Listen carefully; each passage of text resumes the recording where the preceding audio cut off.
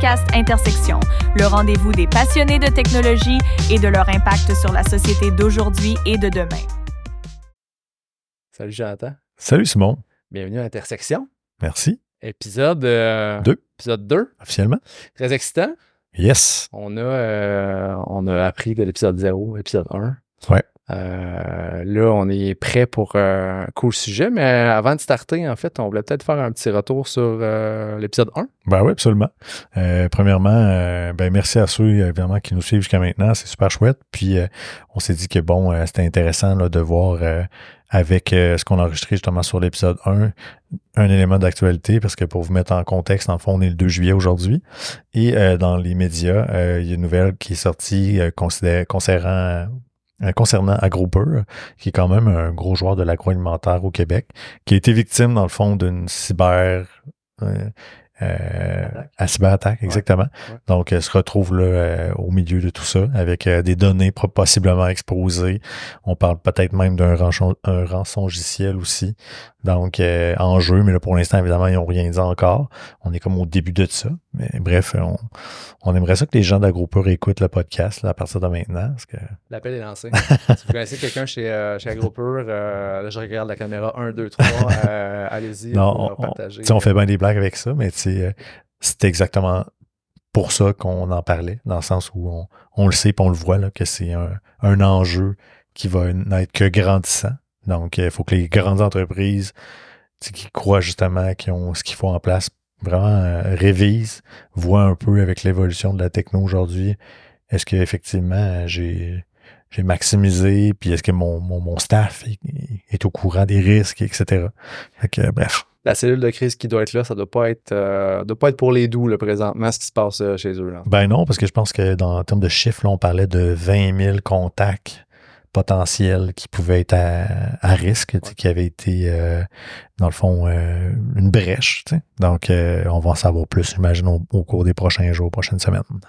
À suivre. On vous à suivre. Au courant. Là, je prends mon laptop parce que moi aussi, avant de procéder au sujet principal, on avait lancé un appel, notre fameux Mailbag. Où est-ce qu'on demandait aux auditeurs de nous lancer leurs questions, questionnements qu'ils pouvaient avoir au sujet, qui auraient aimé ça entendre parler. Puis écoute... Merci Guillaume Jacques, qu'on remercie d'avoir été notre premier cobaye de Mailbag. On va te donner notre 20$ tantôt, ça va être exact. Puis, je le lis live. Fait que, premier mailbag, la discussion sur les généralistes versus les experts, c'était super intéressant. J'aurais envie de vous entendre élaborer là-dessus. Moi aussi, c'est un struggle. Par contre, j'ai l'intuition qu'avec les outils d'AI, va falloir être généraliste pour prendre en charge plus de jobs et avoir de la valeur sur le marché. Qu'en pensez-vous? Très bon point. En fait, je me rappelle que ça avait soulevé un peu la passion. C'est dans l'épisode 0, en fait, on va se le dire. C'est même pas l'épisode 1. Ouais. L'épisode 0, ce qu'on introduisait un peu à qui on était, toi, Joe, moi, Simon. On se définissait et on se définit, je pense, tous les deux comme deux généralistes. Exact. Fait que où est-ce qu'on se situe là-dessus versus être un expert, l'expertise? Et puis là, il nous amène sur la tangente avec les AI qui sont, puis là, j'essaie de l'analyser pendant que je le lis, les AI qui vont être, qui sont présentement des AI très, très spécifiques sur des tâches très, très spécifiques. Oui, de plus en plus bonnes à faire plein d'affaires, mais c'est pas vrai que ChatGPT te donne un café là, frais, chaud, puis bien fait. Là. Je n'es pas capable de tout faire présentement. Est-ce que les compétences des gens d'être généraliste, c'est dans le fond, avec l'IA qui est là, c'est quand même bon d'être généraliste dans tout ce portrait-là, ultimement. Là. Ben, moi, je pense que oui. Je pense que, justement, le fait de maîtriser, d'avoir une base de connaissances dans un paquet de facteurs, c'est ce qui va faire, justement, que tu vas être en mesure d'arriver dans un outil d'intelligence artificielle, puis de créer des prompts, puis de voir comment est-ce qu'on peut connecter différents outils, différentes choses ensemble pour en arriver à extraire le maximum de l'outil. Là. Fait que je pense que le volet généraliste s'applique super bien à ça. Puis, tu sais, je pense aussi que il y a peut-être une composante un peu psycho qui vient avec le monde des généralistes. Là. Puis, on se connaît pas encore assez, mais moi, tu sais, mon attention span est très limité dans la vie. Là. Ouais. Donc, mon temps d'attention fait que je serais incapable d'être un expert. Tu sais, je suis, très impressionné par les gens qui ont cette capacité-là de faire, puis d'exemple, je parle même d'un développeur à la limite, de s'asseoir, puis d'avoir justement à coder, puis à bâtir une app ou faire un truc, puis de s'affairer à cette tâche-là, puis de faire que ça, mettons. Là. Ça, je trouve ça, pour moi, c'est impressionnant. Parce que je serais incapable de le faire. J'ai déjà essayé. Je vais faire des petites choses, je vais régler des petits problèmes, des trucs, mais demande-moi demain matin, OK, ben, tu sais, justement, utilise un ChatGPT de ce monde ou un outil, puis déploie quelque chose avec Python. Ouais, tu sais, parce que de bien précis, puis de développer une app qui va faire tel truc, tout est là pour le faire. On a la possibilité de le faire aujourd'hui, mais là, moi, je pense que, tu sais, je le vois, tu sais, j'ai plein d'idées des fois de projets perso, puis je pars de quoi, puis que je fais comme, hey, super bonne idée, mais pourquoi c'est moi qui ai fait? À la fin de la journée, là, il y aura toujours des experts, puis il y aura toujours des généralistes. Là. Tu sais, puis je pense qu'il ne faut pas se sentir mal d'être dans un camp ou dans l'autre, puis tu peux pas être les deux. Non. L'un ou l'autre, là, by the way, mais tu peux pas se sentir mal nécessairement d'être dans l'un puis dans l'autre. Puis on va toujours avoir notre place au niveau ça va toujours prendre des gens qui sont capables d'écrire du Python pendant 2 semaines, là, puis de faire de quoi de malade puis de fou. Puis ça va prendre des généralistes aussi de l'autre bord pour avoir une espèce de, je sais pas, j'allais dire une créativité, mais c'est pas vrai que c'est pas créatif des deux bords, mais d'être capable d'avoir une espèce de soif d'exploration non-stop, mais très, très, très variée, très variée. Non, absolument, je suis 100% derrière ça. Fait que je vois pas rien de négatif dans un ou dans l'autre ou juste plus positif dans l'un ou dans l'autre. Je pense, moi, comme généraliste, j'envie les gens qui sont capables d'être des experts et d'être très nichés dans leur milieu.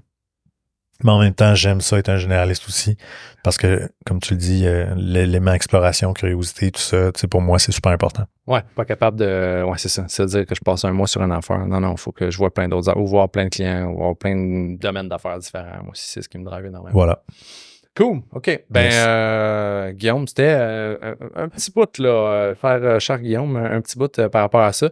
Clairement qu'on va recaresser un peu le généralisme et l'expertise, expert versus généraliste dans nos sujets à un moment donné ou à un autre. Et évidemment, on en profite pour réinviter les gens qui auraient envie de nous proposer des trucs dans ce concept qu'on appelle, nous, le mailbag. Mais pour leur expliquer, très simplement, c'est uniquement une façon pour nous de vous dire proposez-nous des sujets. Donc, vous pouvez le faire en commentant en dessous, tout simplement sur les médias sociaux, des publications. Vous pouvez aussi nous écrire directement. Puis, on va essayer là, justement de recueillir ça. Puis, si avec un peu de chance, vous avez de bonnes possibilités qu'on en reparle dans un des podcasts qui suit votre commentaire, si on trouve ça pertinent et fun et qu'on a envie d'en parler. Exactement. Cool. Maintenant, pour le programme de la journée. Le programme principal. Le programme principal. Dernier épisode, on avait trouvé un titre. C'était Connecté et vulnérable. Tout est connecté et vulnérable. Tout est connecté et vulnérable. Ouais. Là, on n'a pas brainstormé vraiment sur un titre, plus que sur une thématique qui était importante. Encore là, une thématique sur laquelle, puis pas plus tard que cette semaine, j'étais sur TikTok, qui est en lien aussi avec le sujet qu'on va jaser aujourd'hui, qui était une bonne prise en tout cas, bref, on va en parler dans une seconde, mais il y a un gars au Québec qui a un podcast juste sur le sujet qu'on va effleurer aujourd'hui. Okay. On va passer grosso modo 1 heure là-dessus, mais lui, il passe des épisodes par-dessus des épisodes, par-dessus rencontrer du monde. Et donc, on parle ici de dépendance. Ouais. De dépendance. Là, on ne parle pas de dépendance à la nicotine, à l'alcool et aux drogues. Non. On est plus... il y a des concepts reliés, mais on parle de dépendance au numérique. Oui, dépendance à l'écran. Dépendance au numérique. À l'écran. Ouais, l'écran qui donne... C'est une porte vers, j'allais dire de la connaissance, mais dans mon cas, TikTok, c'est pas nécessairement de la connaissance, c'est aussi bien de la perte de temps. Là, pas une fois que je sors pas de là en me disant c'est des minutes que je ne reverrai plus jamais. Fait que gros sujet de dépendance. Vraiment. Puis, en dessous de la dépendance, on parle plus du sujet au sens de ce que c'est. Il y a un concept marketing derrière ça aussi, qui est la attention economy. L'économie de l'attention. Exact. Ouais. Qui est très... que c'est ça, à quelque part, là, dans lesquels on est. Là. Ouais. On parle de TikTok, on parle d'Instagram, de Facebook, etc. Tous ces réseaux-là, leur seul et unique objectif, puis ceux qui se sont pas encore tapés les livres de Gary Vaynerchuk. Pas les livres de Gary Vaynerchuk. C'est toujours plaisant, mais bon. Il parle de l'attention. Je m'en allais sur Netflix, où il y avait de social Dilemma? Dilemma, c'est ça? Attends, là. Ouais, c'est ça. Je vais Qui, googler live. ouais, Wow. exactement, qui est un genre de... C'est un documentaire ou c'est plus un genre de film? Derrière nos écrans. Ouais, Ouais. derrière nos écrans de fumée de Social Dilemma, ils appellent ça un docudrame. Un docudrame, exact. Qui est quand même quelque chose qui, je crois, maintenant, ils le font écouter là, dans les écoles secondaires. Ils essayent de... Parce que, du moins, je sais que nous, notre grande, elle a eu la chance de l'écouter à l'école, je pense.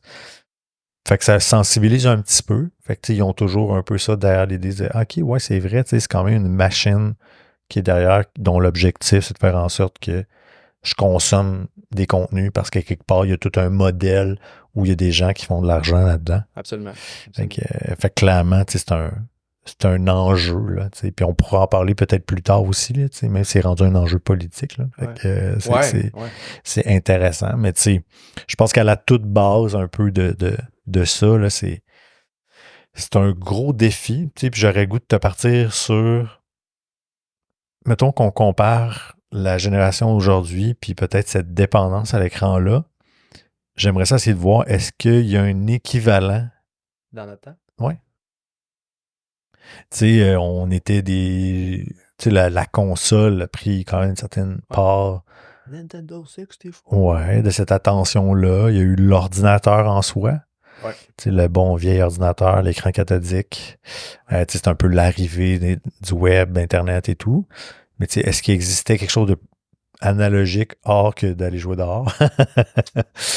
Qui a fait que, tu sais, c'était pas nécessairement quelque chose qu'on voit aujourd'hui, peut-être avec un peu plus de recul, puis on se dit « Oh, mais tu sais, ça, potentiellement, c'est une source de problème. » Moi, j'ai comme le feeling que c'est une vraie source de problème, dans le sens où c'est un vrai enjeu de société, dans la mesure où, quand j'essaie de le comparer, puis je le mets dans le temps, tu sais, je le vois comme une réelle dépendance, parce que justement, il y a des mécanismes, puis il y a des compagnies qui cherchent aujourd'hui à en tirer profit. Ben, OK. Fait que, mettons, là, tantôt, je parlais de drogue, là, mais tu sais, le tabac, l'industrie du tabac, là, il y a un réel thinking pour faire fumer plus les gens. Ouais, peut-être moins aujourd'hui parce qu'il y a eu un contexte sociopolitique qui fait qu'il y a des lois que tu n'as plus le droit d'advertiser que c'est bon une clope après un repas parce que ça va t'aider à être en forme, tu sais, des affaires du genre, là, tu sais, qui ont véhiculé il y a plusieurs années.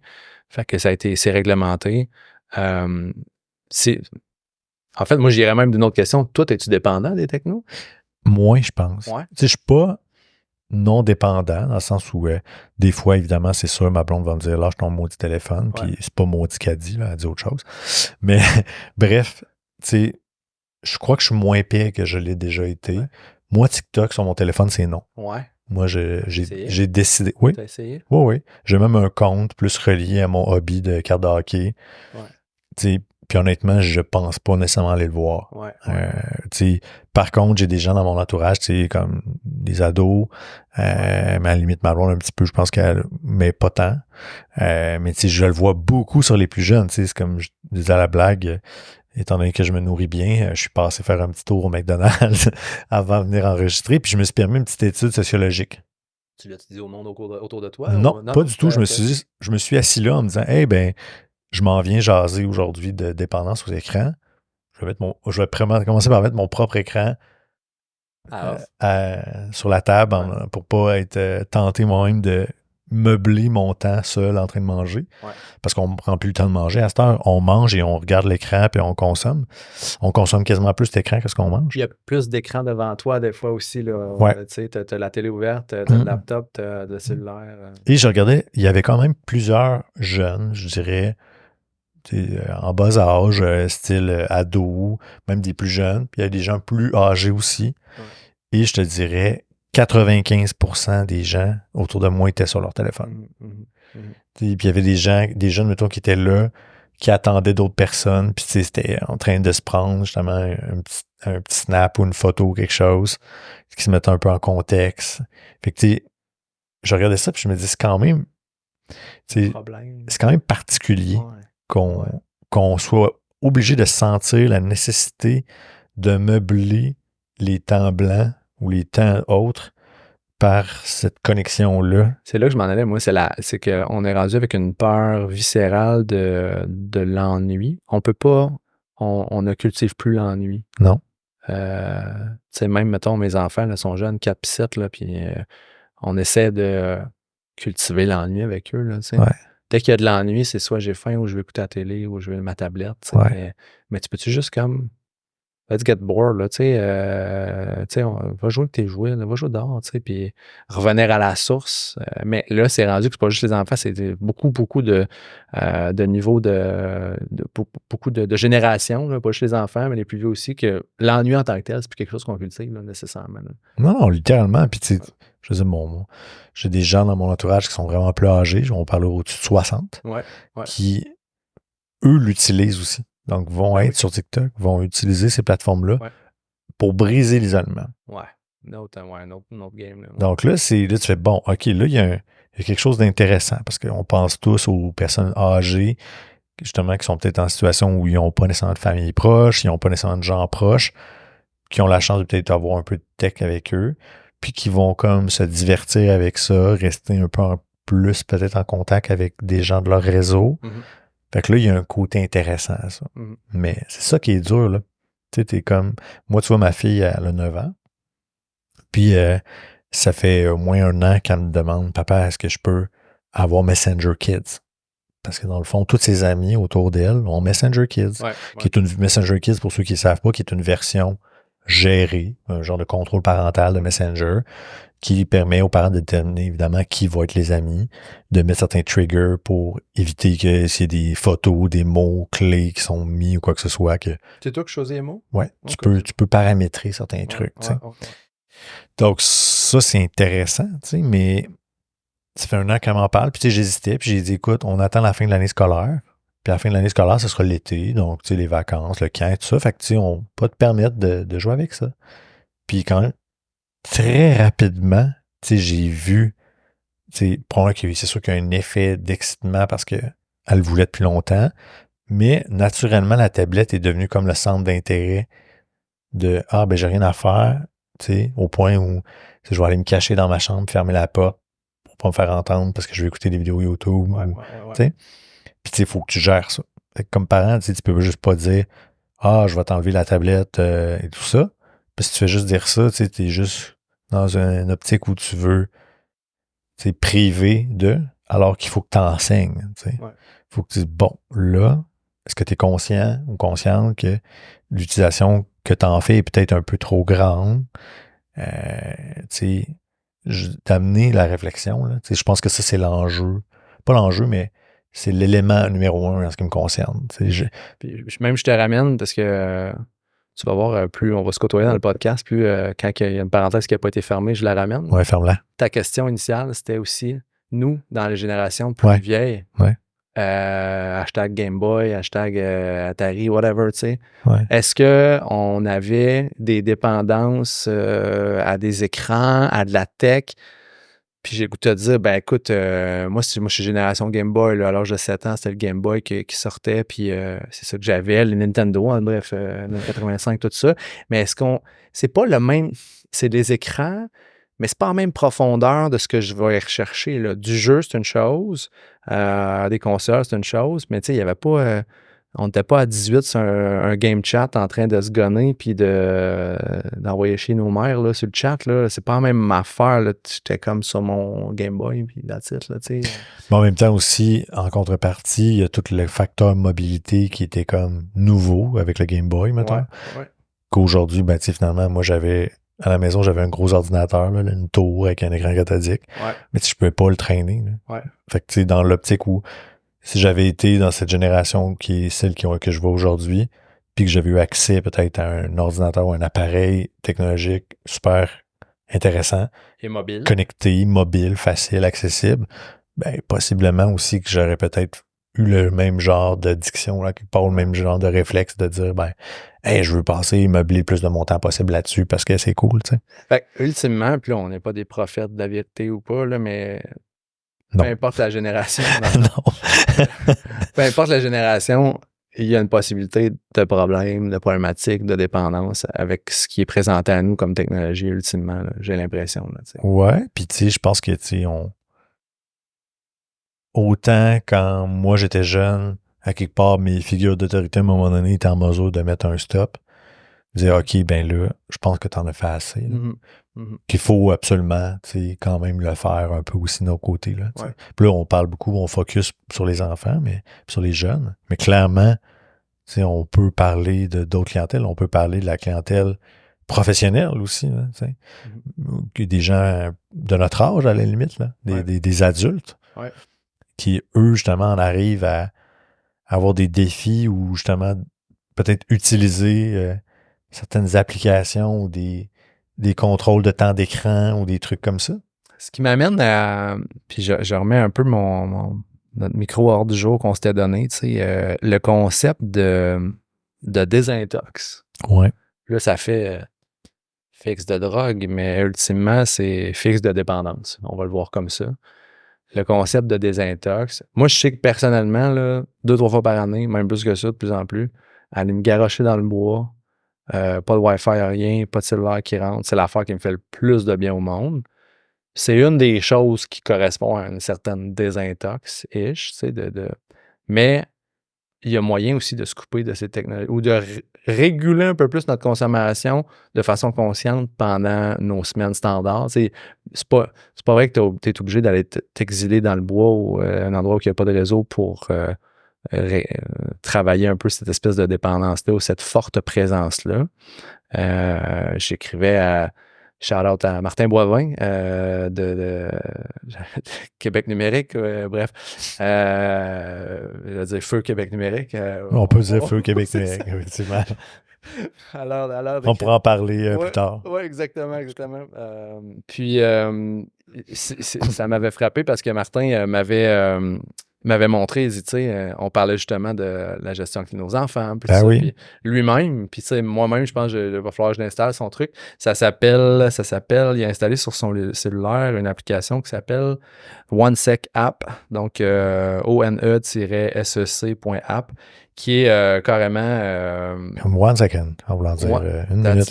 Leur tag, c'est Distracting Apps Made Less Appealing, donc scientifically. Donc, rendre les affaires qui sont dans l'attention economy, qui sont engineerées pour te sucer du temps puis de l'attention. Ouais.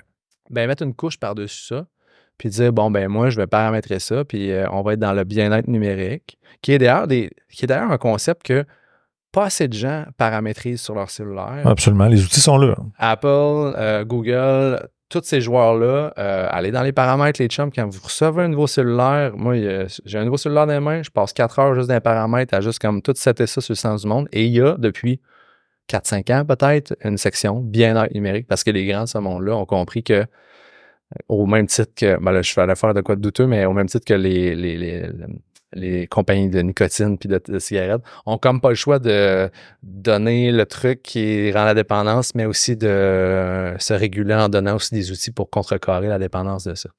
Puis là-dedans, ben, son app, dont celui dont Martin y parlait, OneSec App, c'est que dès qu'il ouvre une application de médias sociaux qui est trop intense en dépendance, il y a des questions qui sont posées à l'utilisateur. Genre, t'as-tu vraiment besoin de ça? T'es où présentement? Qu'est-ce que tu faisais? T'sais? Ah ouais, t'es aux toilettes, OK. Puis, non, mais c'est vraiment ce genre de questions-là. Ah ouais, t'as vraiment besoin? Combien de temps tu veux t'allouer? Tu sais, une espèce de des barrières de friction à l'entrée. Quand on parle de UX, UI, on essaie d'éliminer le plus de barrières de friction, mais là, dans ce cas-ci, on se rajoute la friction pour se réguler un peu. Puis, écoute, super intéressant, mais encore faut-il avoir le vouloir d'aller de l'avant avec ce genre de choses-là. Mais je pense que ces outils-là, ça marche dans une optique où tu veux entreprendre une démarche où tu vas t'es conscient qu'il y a peut-être un surplus, tu sais, que tu fais j'en consomme peut-être un peu trop, puis que tu n'es peut-être pas capable d'y arriver par toi-même, tu sais, dans un premier temps. Puis que en embarquant dans des outils comme ça, tranquillement, pas vite, ben, tu réussis à faire en sorte que peut-être après un certain usage, ben, tu sens peut-être moins le besoin de l'utiliser parce que tu es capable de te réguler toi-même. Là. Dans cette optique-là, je trouve ça super intéressant. Ouais. Je pense qu'il ne faut pas nécessairement que ça devienne une béquille. Parce que si ça devient une béquille, je pense que rapidement aussi... C'est ta cote dessus. Ouais. Puis je pense que malheureusement, il n'y en a pas sur toutes. Là, donc, c'est facile là, de mettre ça sur son mobile, sur son téléphone intelligent, puis d'avoir une tablette à la maison. Ah ouais. Ouais. Ou je me souviens déjà d'avoir privé une ado de Messenger, puis de l'avoir retrouvé devant le iMac à messager du monde, tu sais. Ouais. Parce que je l'avais privé de son tel, tu sais. Ouais. J'avais, parce qu'évidemment, merci à la technologie de Bell, qui permet d'aller voir les appareils connectés, puis de juste dire, oh, l'iPhone ici, mets-moi ça sur pause jusqu'à minuit. Ouais. Le iMac, il l'était pas. Exact. Fait que l'iMac l'était pas, fait qu'elle était astucieuse, puis elle était en douce, puis elle est allée sur le iMac, continuer de chatter avec la personne avec qui elle écrivait, tu sais. Les enfants intelligents? Ouais, mais c'est ça. Fait que, tu sais, ça pour dire que faut qu'il y ait une démarche, je pense, sérieuse, puis sinon, c'est facile. Oui, l'appareil, tu sais, le téléphone est un bel appareil parce que lui, il est toujours dans nos poches, mais on traîne avec nous. Ouais. Mais si on veut tricher, les tentations sont grandes autour aussi, là. Ouais. C'est pas difficile. Mais, moi, j'ai déjà fait une expérimentation Vas-y. que je trouve super intéressante. Puis si vous voulez la faire, je vous plus pour les gens qui utilisent beaucoup Facebook, parce que bon, aujourd'hui, je pense que ça peut probablement s'appliquer à TikTok, ou peut-être pas, non, mais ça peut s'appliquer à Instagram. Moi, j'avais délité l'app native, tout simplement. Puis je m'étais dit, si j'ai le goût d'aller voir Facebook, je vais y aller avec la web, la version web. Fait que ça m'oblige à me connecter, puis d'aller voir, puis de consommer, puis après ça, de closer le browser, puis de passer à autre chose. Ouais. L'élément que je trouve intéressant là-dedans, c'est que toute la notification et tout ça, ça disparaît de ton téléphone. Fait que moi, ça me laissait les notifications que je jugeais pertinentes d'avoir. J'ai une app de nouvelles, puis mes courriels que, dans ce cas-ci, je ne mets pas en notification, je les mets vraiment sur une base de je vais les consulter, je reçois mes nouveaux courriels that's it. Donc, je trouvais que ça éliminait ce bruit-là qu'on a sur nos appareils. Ouais. Puis j'ai trouvé que c'était une super belle expérience. Je l'ai fait pendant peut-être une semaine, juste pour voir un peu c'était quoi la différence. Puis quand même, de façon importante, ça m'a amené à réduire mon niveau de consommation de Facebook, mettons. Ouais. Puis j'ai des amis qui ont fait ça aussi, tu sais, plus de notif, là. Puis ça amène, par contre, de l'autre bord, pour ceux qui n'ont pas fait le move, quand tu envoies quelque chose, tu t'entends avoir un retour instantané. C'est incroyable. Là, tu n'en auras plus de retour instantané parce que la personne, elle décide qu'elle n'en a pas de notification. Ouais. Fait que ça amène... le monde est rendu dans une instantanéité intersidérale partout. Fait que quelqu'un qui répond pas, qui n'a pas vu ma notif de SMS, puis ça fait comme 48 heures, je n'ai pas eu de nouvelles. Il me ghost. Ouais. Là où... Non, si je te ghost, c'est que je l'ai vu puis je t'ai pas répondu. Excuse-moi. C'est ça aussi. Là où, hey guys, back in the days, c'était le téléphone. Hein, puis, je laisse un message au pire. C'est ça. On est rendu dans un autre monde. Mais là, on s'attend à une réponse rapide. C'est ça. Il y a une attente. Fait que là, en tout cas.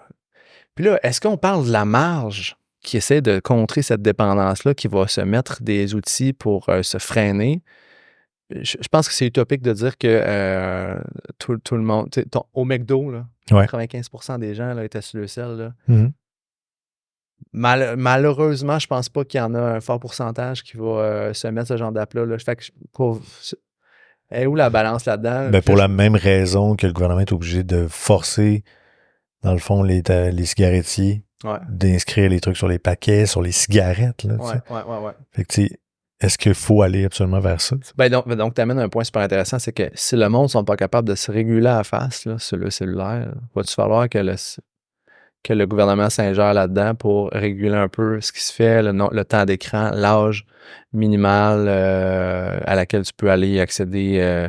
Tu sais, même là, je dépasse un peu, mais aux États-Unis, ils veulent bannir TikTok pour, I guess, dans des raisons similaires de genre, ça amène pas mal de... Bon, là, je pas quelque chose de slippery, là, mais bref, est-ce que ça amène quand même des questions à se dire, bon, ben, OK, puis tantôt, je te disais, il y a le gouvernement, mais est-ce qu'il y a aussi les parents, peut-être juste à éduquer, tu sais, ici, là, tu sais, les prochaines générations? Il y a comme, ça peut être juste d'éduquer les parents avec des saines habitudes, puis qu'eux peuvent s'en parler avec leurs enfants, qui va aider la cause, ou non, on n'y arrivera pas. Puis là, je pense que l'école a beaucoup à faire, je pense, parce que tout part de l'éducation, on se le cache pas. Je pense que ça devient un peu facile de juste larguer la tâche aux parents, tu comprends? Je pense que les parents en font déjà beaucoup. Là. En tout cas, moi, je suis parent, t'es parent, puis je pense qu'on en fait pas mal. Donc, de juste dire, OK, ben c'est aux parents de faire cette éducation-là, je pense qu'il faut que ça soit à bien des égards. Là. Je suis très partisan, comme je t'ai dit, de laisser les jeunes utiliser, puis de pas castrer nécessairement, d'encadrer, de donner des paramètres, puis de faire prendre conscience surtout. Hey, t'as pas remarqué, mais ça fait un moment, tu sais, que ton attention est juste là-dessus. On fait autre chose? Ouais. Puis de stimuler justement le autre chose. Peut-être que c'est là que les parents ont plus à intervenir.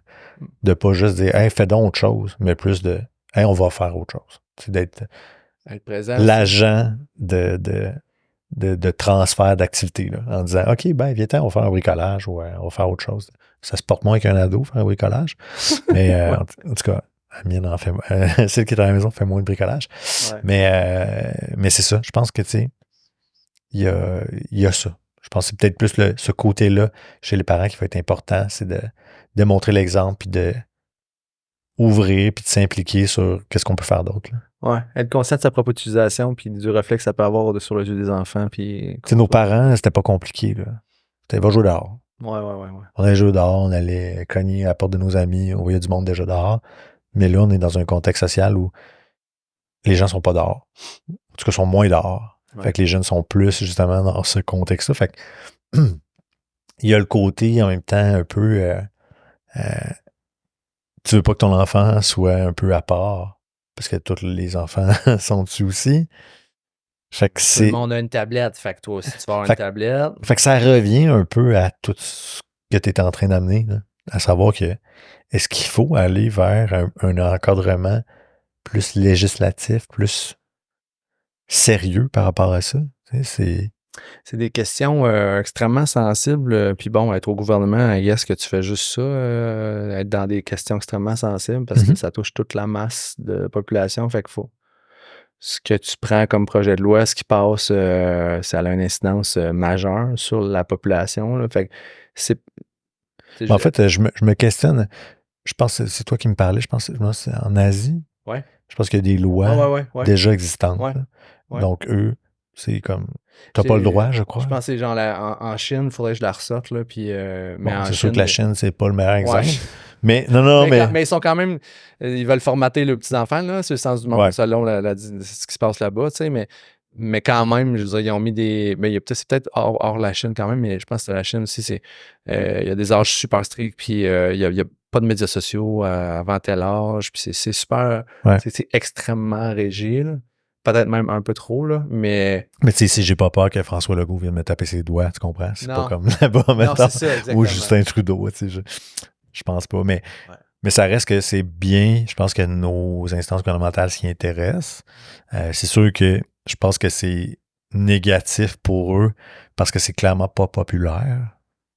Auprès des jeunes, auprès de ceux qui aiment la tech, puis de dire généralement comme « Hey, on est on est des politiciens et on vous propose de vous mettre une loi pour vous empêcher d'avoir accès à ces bébés-là ou à ces... » Il y a l'interdiction puis il y a l'usage responsable. Ouais, c'est ça. Je pense qu'on est là.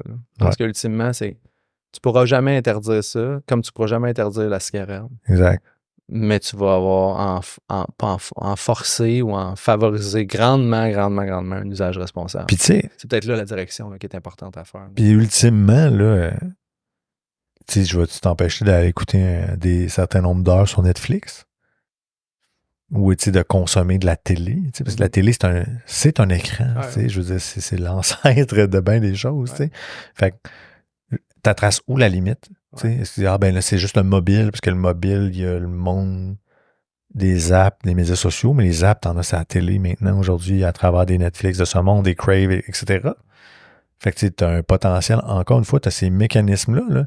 Les grands producteurs chez Netflix, ils ont compris, ils font des séries. Fait que le monde, il veut les binge-watcher. Je sais pas la traduction. C'est pour ça que j'ai Internet devant moi. En tout cas, bref, ils veulent les écouter un après l'autre parce que il y a une attente. C'est comme moi, exemple, actuellement, j'écoute The Acolyte de Star Wars. Puis, tu sais, ça sort tous les mercredis. Puis, le mercredi, c'est ça, c'est mon rendez-vous. The Acolyte de Star Wars? Oui, c'est vraiment mauvais. OK. C'est incroyablement mauvais. Parenthèse que je fais resto, là, il avait fait la série de Star Wars où c'était plus un style enquête là, avec le gars. Là, ça, c'était excellent. C'était Andorre. Ah, ça, c'était bon. Ouais. Ça, c'est... Écoute... On est ailleurs avec l'autre. Ouais, mais The Acolyte, là, écoute, on dirait que c'est la substance Disney là, qui est... Je trouve qu'il est vraiment... je trouve que ça, malheureusement, là, en tout cas de mon point de vue personnel, c'est vraiment pas une série qui, à l'heure actuelle, j'apprécie. Là, je trouve qu'ils l'ont échappé. Là. On se fera un épisode spécial. À Noël, on fera un épisode spécial où est-ce qu'on parlera de série télé. Ouais, exact. Mais bref, il découpe en épisode à Netflix. Ouais. C'est Disney+. Fait que dans ce cas-ci, c'est Disney+, mais sur Netflix, c'est la même affaire. Ouais. Fait que c'est des petits épisodes courts, puis l'objectif, c'est de te faire consommer, puis de te garder le plus longtemps possible, t'sais. Parce que c'est plus facile de te faire écouter des épisodes de 20 minutes, de 30 minutes, que de te faire écouter un film de 2 heures. Mm-hmm. Donc, clairement, il y a ça aussi dans le monde de la télé aujourd'hui. Ouais. Fait que là, c'est ça. Donc, ce que tu dis, OK, c'est les écrans, mais on inclut la télé là-dedans, les téléphones, les applications, les médias sociaux. C'est le bordel, maintenant. C'est vraiment le bordel. Là. Bonne chance. Là. Puis, justement, tu as les partis actuels. Il y a la CAQ, qui est au pouvoir, qui a dit hey, on devrait faire une commission tripartite, là, justement, où on va impliquer les autres partis. Parce que, clairement, je pense que le PQ aussi avait fait une sortie, Pierre Saint-Paul Plamondon, comme quoi il trouvait aussi que ça nécessitait qu'on s'y attarde. Donc, clairement, il y a une certaine volonté, mais moi, je trouve que c'est comme bonne chance. Hein. Là, moi, j'improvise quelque chose. Là. Improvise. Je le lance à nos auditeurs. Là. D'un matin, là, s'ils lancent certaines lois pour légiférer sur la dépendance aux technologies, la dépendance à notre consommation de technologie, ça passe-tu dans votre tête à vous autres? Ça passe-tu pas? Puis si ça passe, quelle manière ça passerait? Si ça passe pas, pourquoi? Let's go, shout it out dans les commentaires. Pour vrai, moi, je serais curieux de vous lire là-dessus puis interagir avec vous autres là-dessus. Parce que c'est pas un petit dilemme, les chums. Là. Non, vraiment pas. Non. Vraiment pas. Fait que j'ai bien hâte de voir. Ouais. Puis, je pense que ce que je sens profondément derrière ce concept-là, puis c'est ce qu'on peut lire à travers les médias, c'est que c'est vraiment, on s'attarde plus à l'impact sur les jeunes, justement parce qu'il y a des impacts psychologiques, il y a des impacts physiques aussi. Mm-hmm. Donc, clairement, je pense que c'est vraiment plus à ce niveau-là que le gouvernement s'inquiète. Ouais. Puis, veut peut-être essayer de trouver une façon d'amener les jeunes à aller vers autre chose un peu aussi. Mm-hmm. Donc, mais clairement, moi, je pense que déjà là, peut-être un petit peu plus de sensibilisation encore à l'école. Tu sais. Quand je te disais tout à l'heure qu'il y a des profs qui font peut-être écouter Social Dilemma. Ouais, de Social Dilemma. Ben, peut-être que finalement, à travers les fameux cours d'éthique et culture ou des trucs comme ça, ou tu sais, c'est peut-être pas le bon cours que je donne, mais en tout cas, il y a sûrement une place à quelque part dans le cursus scolaire, au primaire pour au secondaire, où on pourrait venir insérer un peu cette notion-là de hey, aujourd'hui, on est dans l'ère des technologies, puis on va vous apprendre à les utiliser, puis à être conscient de c'est quoi une bonne utilisation, c'est quoi une mauvaise utilisation. Tu sais, je pense qu'on le fait, on touche peut-être juste en surface. Il y a tellement de sujets, là, on va pas s'improviser législateur au ministère de l'Économie, au ministère de l'Éducation, mais il y a tellement de sujets qui ne sont pas assez fleuris, j'ai l'impression, dans l'économie. Oui, c'est ça. Ouais. Écoute, s'il y en a bien un, moi, je pense que moi, j'aurais voulu bénéficier dans ma vie, c'est l'économie. C'est comprendre des choses simples. Là, je le dirai toujours, j'en profite parce qu'on a un micro, mais comprendre c'est quoi la valeur de dépenser 1,50$ chez un marchand ici versus acheter à 75 sous sur Amazon à l'étranger. Ouais. Oui, c'est alléchant acheter 75 sous parce que dans l'immédiat, on a l'impression qu'on a sauvé de l'argent. Ouais. Mais au final, quand on l'a payé 1,75$, même si c'est le double, ici, ben il y a beaucoup plus d'argent qui revient dans nos poches techniquement. Ouais. Mais il faut avoir cette perspective-là, puis il faut qu'on nous présente ça, puis qu'on soit capable d'avoir cette lecture-là. Mais c'est pas simple. Là, ouais. Puis ça, là, je pense qu'on a tous eu ça. Il y a quelques profs bien allumés ici et là qui, dans notre cursus, dans notre parcours, ont su faire déroger un peu du manuel. Puis ont dit, moi, je vais vous montrer un peu la vraie vie, là, puis nous présenter certaines affaires intéressantes. Fait que j'espère, en attendant qu'il y ait une place officielle dans le cursus scolaire au niveau du ministère de l'Éducation. Mais il y en a, mais mettons, je pense que c'est trop haut. C'est trop quoi? C'est trop haut dans le cursus scolaire. Mettons, Rendu à l'université, tu vas faire de la finance, tu vas parler de finance, tu vas avoir des cours de moi, je te parle finance. de la dépendance, là. Je te Ah, parle, excuse-moi. je revenais à la dépendance, là. C'est pas tant là. Moi, je t'ai enflammé sur l'économie. Je t'ai vu aller. Je me suis même dit qu'on pourrait en faire un épisode. On parlerait d'économie, puis après. Ouais. Mais de dépendance, là, c'est pas tant là, je pense. Là, puis, Non. copains profs, je vous invite à vous. Mais je pense qu'il y en a beaucoup qui le font, Ouais. mais ils le font d'eux-mêmes. Exact. Il faut que le prof ait les bonnes fois, puis qu'il prenne la décision par lui-même d'investir le temps puis l'énergie pour insérer ça dans son programme. Exactement. Mais je pense qu'il faut que ce soit plus sérieux que ça encore. Exactement. Tu avais aussi des statistiques super intéressantes qu'on n'a pas parlé, mais je pense que ça vaudrait quand même la peine juste de mettre un peu, comment dire, un genre d'ampleur par rapport à ça.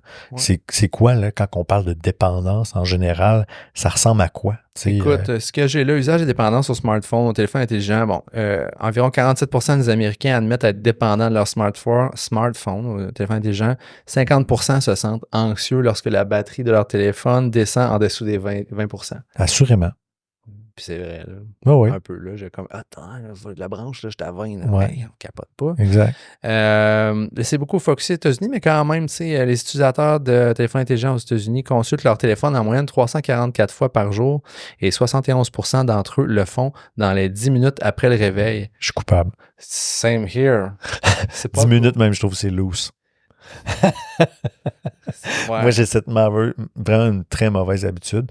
C'est sûr qu'il y en a qui pourraient dire « Ah ouais, mais c'est parce que je l'utilise comme réveil. » Mais en réalité, ça reste que le Notification Center sur l'écran est la première affaire que je vais regarder. Là. Fait que clairement, C'est pas, c'est pas radieux. Là. Impact sur les jeunes, on parle 60% des adolescents montrent des signes de dépendance au téléphone intelligent, avec 44% d'entre eux qui éprouvent des difficultés à se passer de leur appareil.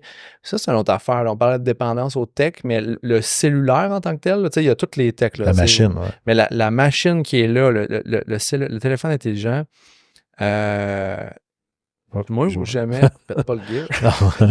C'est moi ou jamais dans l'histoire de l'humanité, on a eu quelque chose d'aussi présent dans notre poche, quasi 24 sur 24. Non, c'est sûr qu'il n'y a rien de comparable. Là. Un set de clés, là, mais un set de clés, c'est pas aussi intense que ça. Là, non, exact. Fait que c'est. Ouais, ça, à un moment donné, quand tu te ramènes à ça, c'est pas jojo. Fait que c'est quand même des stats assez intenses. Les personnes avec une addiction à Internet sont 2,2 fois plus susceptibles d'avoir des problèmes de sommeil et montrent un taux plus élevé de dépression et d'anxiété. D'où le principe que tu dis tout à l'heure. Mais tu sais, quand j'ai envie de me déconnecter, je m'en vais dans le bois. Puis tu sais, on a l'impression que parce qu'on est dans le bois, on dort mieux. C'est drastique. Mais tu sais, dans le fond, il y a ça qui contribue aussi, je pense. Hein, le fait de, OK, il y a ce sentiment d'anxiété-là, le FOMO, tu sais, le Fear of Missing Out. Tu sais, on le met comme de côté. Fait que soudainement, tu sais, ça nous détend, ça nous détache. Puis tu sais, il y a une formation que je donne dans le cadre de ma job à des entrepreneurs qui sont étudiants ou diplômés à l'Université Laval.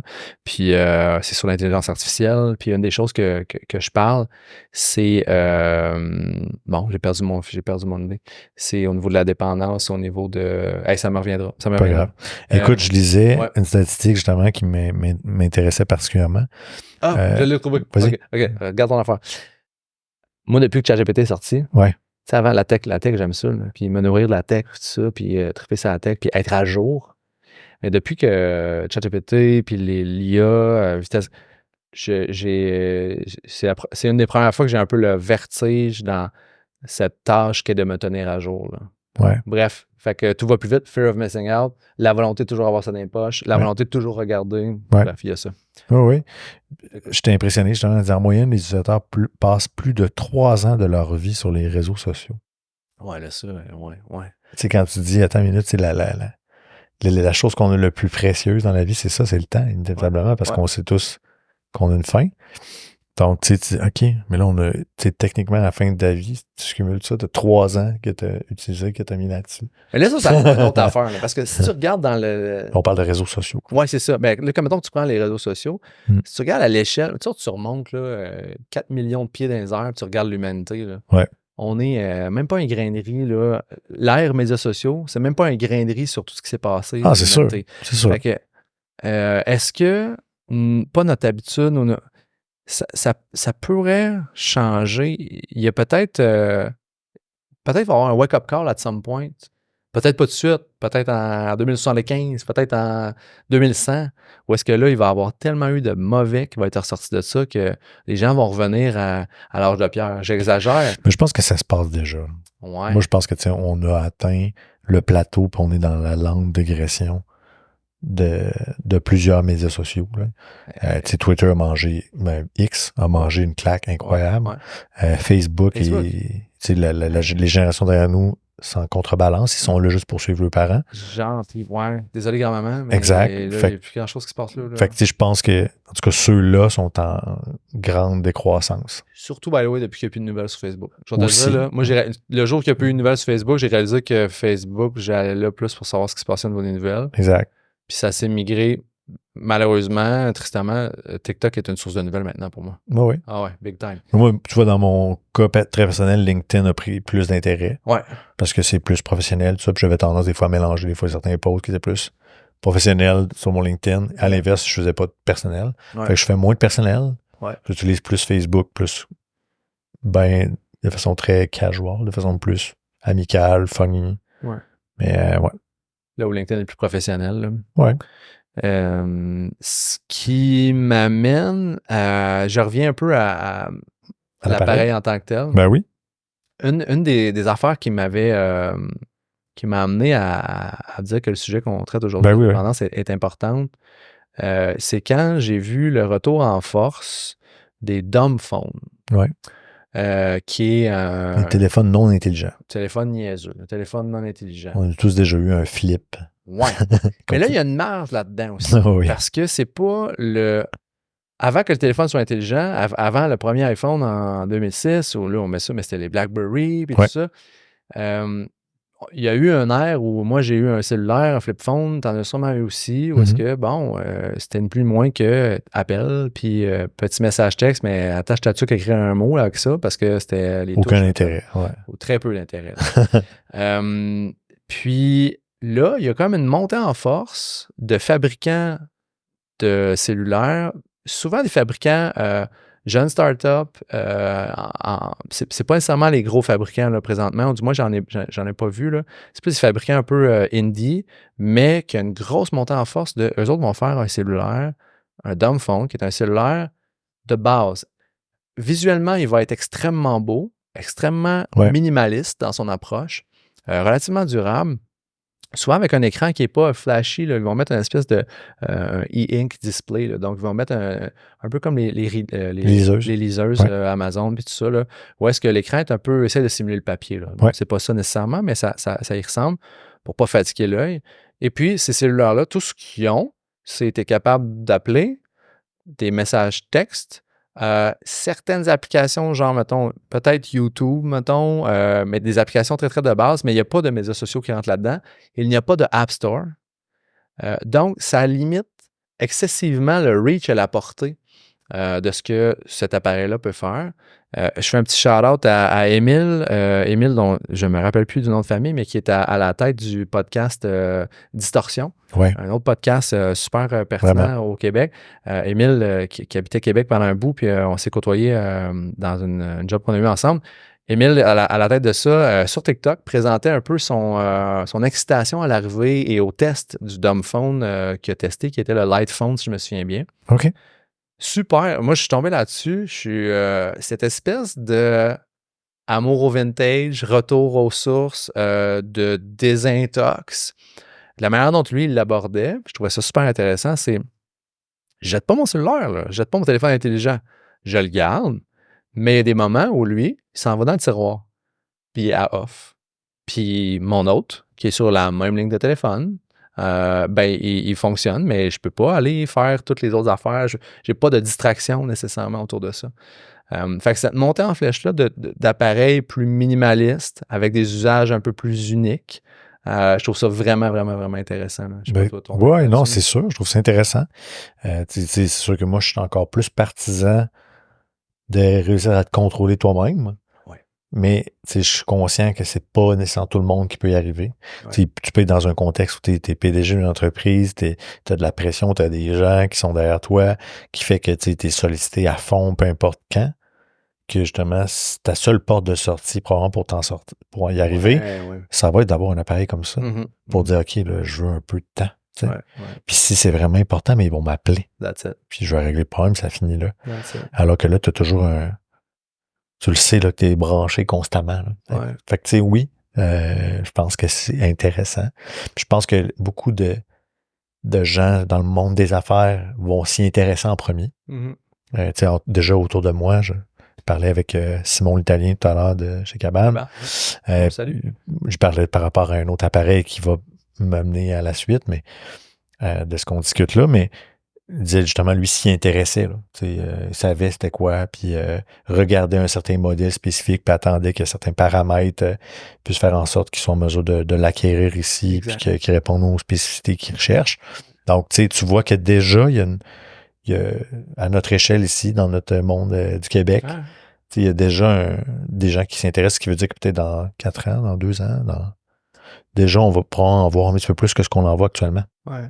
Puis ça m'amène même à me questionner sur la mouvance. Ça, c'est un cellulaire, mais tout ce qui est la tech minimaliste un peu. Là, c'est pas juste les cellulaires. Tout type d'appareils.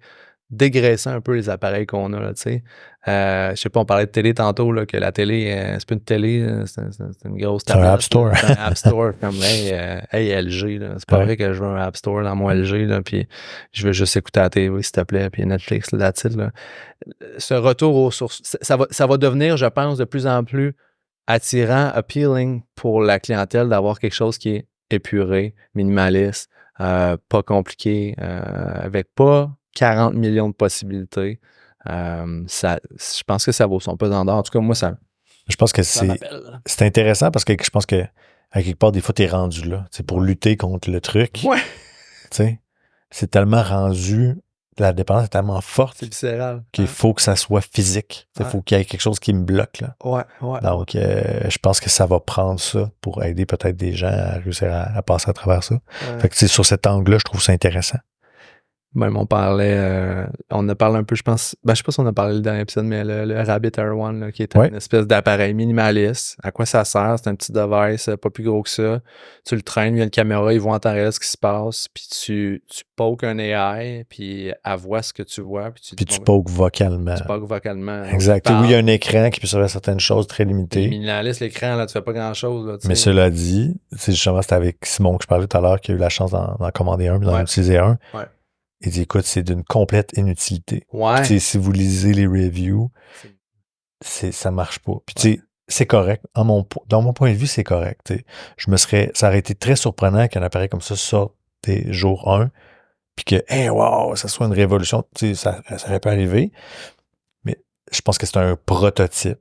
Je pense que c'est un produit prototype. Je pense qu'au prix où il est aussi. 200$. Exact. Tu sais, il fallait pas s'attendre à une grande révolution à ce prix-là pour le genre de technologie puis de service qu'on est supposé s'attendre. Donc, je pense que ça l'a probablement plus frappé l'imaginaire, puis je peux pas croire justement que les gens derrière Rabbit ont pas déjà un plan de suite. Ont déjà vu la réception, ont déjà eu un gros test utilisateur quelque part avec ça, de voir que les gens ont fait comme ouais, mais non, pas tant que ça, c'est pas vraiment intéressant. Ben, je vais vous faire du pouce avec ça. J'étais à Toronto, Bragg, il y a 2 semaines à Collision.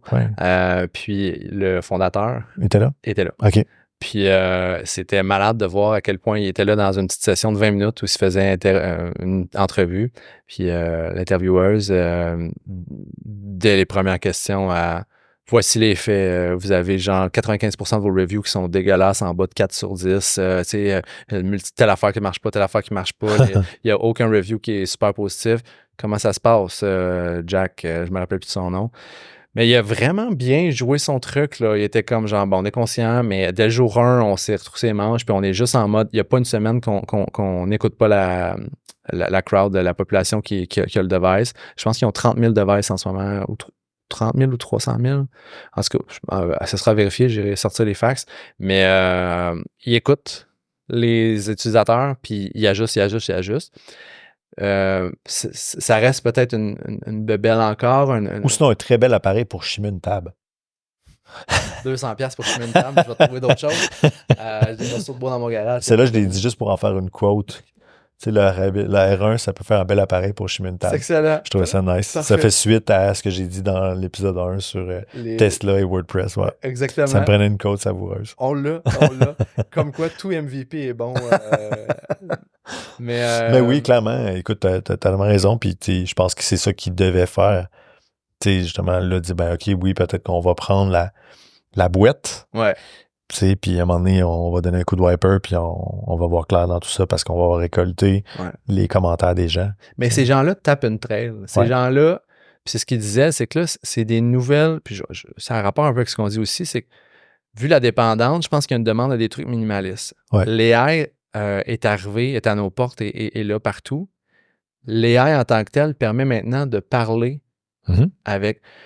Donc, ultimement, là, on rentre dans le monde de l'interface utilisateur. Oui. On rentre dans le monde où est-ce que c'est plus vrai que tu as besoin d'un écran. J'ouvre LG, ma TV, puis là, c'est un App Store, c'est avec 18 pitons, la manette, 3 manettes, faire marcher à patente. Non, là, tu peux avoir une petite affaire de même. Tu fais juste y parler. L'écran fait pas grand-chose. Tu as un petit lapin, puis il voit un peu ce qui se passe, puis il te donne des réponses écrites. Ton fond noir écrit en écriture blanche. Mais on est à l'ère de devices qui vont être très minimalistes, j'ai l'impression. C'est pas une tendance qui est prête à mourir, mais c'est une trail qu'on tape présentement parce que comme l'AI est là, permet de faire beaucoup de choses en vocal. Tu n'as plus besoin d'une myriade d'écrans, de pitons, de sections. Tu vas être en conversation. Tu sais. Quand je jase avec toi, j'ai pas besoin de jaser avec tes multiples apps. Tu gères tout ça en vocal avec moi, puis ça fonctionne en interaction. Là. Absolument. Puis on parle, oui, de son, mais même le visuel. Je veux dire, les caméras reconnaissent les objets. Fait que c'est quand même fou. Là, c'est pas juste... oui, l'audio est une part importante, mais moi, ce qui me fascine, c'est de voir à quel point, justement, la détection des objets aussi, maintenant, est rendue précise, est rendue impressionnante. Là. Tout ça mélange ensemble, comme tu dis, ça fait en sorte que là, on sait qu'on s'en va vers des outils qui vont être extrêmement simplifiés sur l'interaction, puis que la tech qui est derrière va être tout simplement intelligente aussi pour nous retourner de l'information qui va être ou des interactions avec des services, par exemple, de réserver un billet d'avion ou de faire des trucs qui sont possibles. C'est pas inimaginable. Je ramène à la dépendance. Sera-t-on dépendant de conversation avec ChatGPT dans 5-10 ans? J'ai l'impression que la dépendance, présentement, on l'accuse plus au niveau des réseaux sociaux que j'ai pas un chum à moi qui est dépendant de ChatGPT. J'ai pas un chum à moi qui en se levant le matin, il pop ChatGPT ça bol. Ouais. Non, c'est sûr. Une autre quote à mettre sur. Effectivement, super bonne. Mais oui, non, clairement, c'est sûr qu'actuellement, mais il va venir des usages techniques par-dessus des LLM, des AI qui vont faire qu'on va arriver à OK, ben, bon matin, Alexa, bon matin, Google, c'est quoi le planning de la journée? Exact. Parle-moi des nouvelles, les dernières nouvelles, l'actualité, tu sais. Puis, tu sais, by the way, il faut que je ramasse quelque chose à l'épicerie, tu sais. On s'en va potentiellement là. Ouais. Clairement. Fait qu'il y a quelque chose d'assez funky, là. Ouais. OK, cool. Well. What else? Y a-t-il d'autres choses qu'on n'a pas... On a quand même fait un bon tour de roue, je pense. Oui, moi, je pense que oui. C'est un tour de roue intéressant. Mine de rien, on a quand même fait un bon bout de chemin sur ce sujet-là. J'étais assez content. Puis bon, c'est sûr qu'il y a des choses, des aspects sur lesquels on voudrait aller plus en profondeur, mais en même temps, on n'est pas des spécialistes. L'idée pour nous, c'est juste d'amener des idées, puis de susciter la réaction, puis d'amener les gens, si on a envie justement de se mêler de cette conversation-là, puis sans aucune prétention. Là. Il y a peut-être des choses qu'on a dit pour des spécialistes qui sont des énormités. Puis c'est le cas, on vous promet que vous pouvez nous remettre dans le droit chemin puis nous proposer des sources sur lesquelles on peut s'appuyer pour dire le contraire, puis on sera bien content d'en reparler. Là. Si vous êtes dépendant un peu, et vous êtes à l'aise d'en parler, let's go dans les commentaires. À quel point êtes-vous let's go sur le sel, ça bol le matin en se réveillant direct ou non, vous êtes capable de vous mettre une limite? Puis comment vous faites ça? On a parlé aussi de tout ce qui est politico-aéré un petit peu plus. Si ça venait qu'à venir à être contrôlé un peu au sein de notre société, Ça marcherait-tu cette histoire-là selon vous? Puis Comment? Comment tu arrives à trouver le juste équilibre? Mettons qu'on brainstorm là, collectivement, là, comment on pourrait en arriver à un modèle où on pourrait accepter une certaine forme de contrôle. Ouais. Fait que vraiment, on serait curieux de vous entendre là-dessus anytime. Fait que let's go dans les commentaires. Puis, ben écoute, je pense ça wrap it up. Puis même que moi, je lance aussi, là, on a parlé un peu dans l'épisode 0. Éventuellement, on aura des invités. Ouais. Clairement, c'est le genre aussi de trucs où on peut aller chercher de l'expertise beaucoup plus spécialisée. On parlait d'entrée de jeu de généraliste et spécialisé. Ouais. Quelqu'un qui est ferré dans le domaine. Et même tout ce qui est cyberdépendance, il y a des organismes en lien avec ça. Ouais. Il y a des gens que c'est limite leur métier de graviter autour de la cyberdépendance. Ça pourrait peut-être même faire l'objet d'invités. Ouais.